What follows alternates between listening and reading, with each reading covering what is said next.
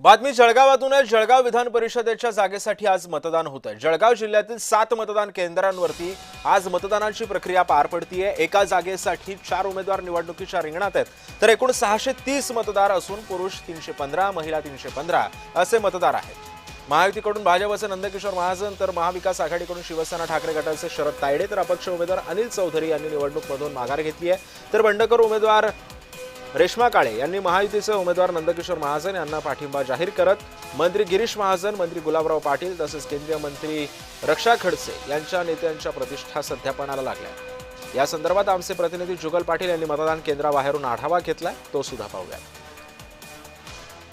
जळगाव विधान परिषदेसाठी आज मतदान प्रक्रिया पार पडत असून प्रशासनाच्या वतीने जय्यत तयारी या ठिकाणी करण्यात आली आहे। आज एका जागेसाठी ही मतदान प्रक्रिया पार पडत असून जवळपास 630 मतदार असून 7 मतदान केंद्रावर ही मतदान प्रक्रिया पार पडणार आहे। आपण जळगावातील तहसील कार्यालयात या परिसरात आहोत। तहसील कार्यालयामध्ये या ठिकाणी मतदानाची संपूर्ण प्रक्रिया या ठिकाणी पार पडलेली आहे। मतपेट्या या ठिकाणी कालच या ठिकाणी दाखल झालेल्या होत्या।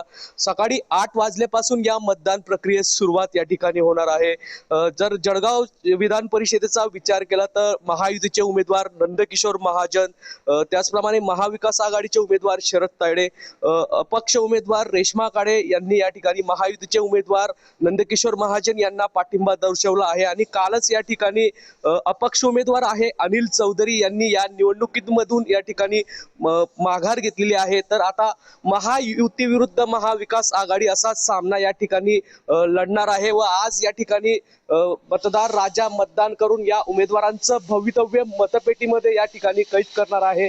प्रशासनाच्या वतीने मोठा पोलीस बंदोबस्त या ठिकाणी तैनात करण्यात आलेला आहे।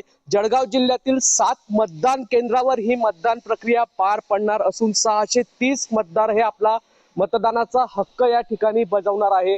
22 जून रोजी या ठिकाणी ही मतमोजणी प्रक्रिया पार पडणार असून नेमका मतदार राजा आता कौल कोणाला देतो हे पाहणं महत्त्वाचं ठरणार आहे।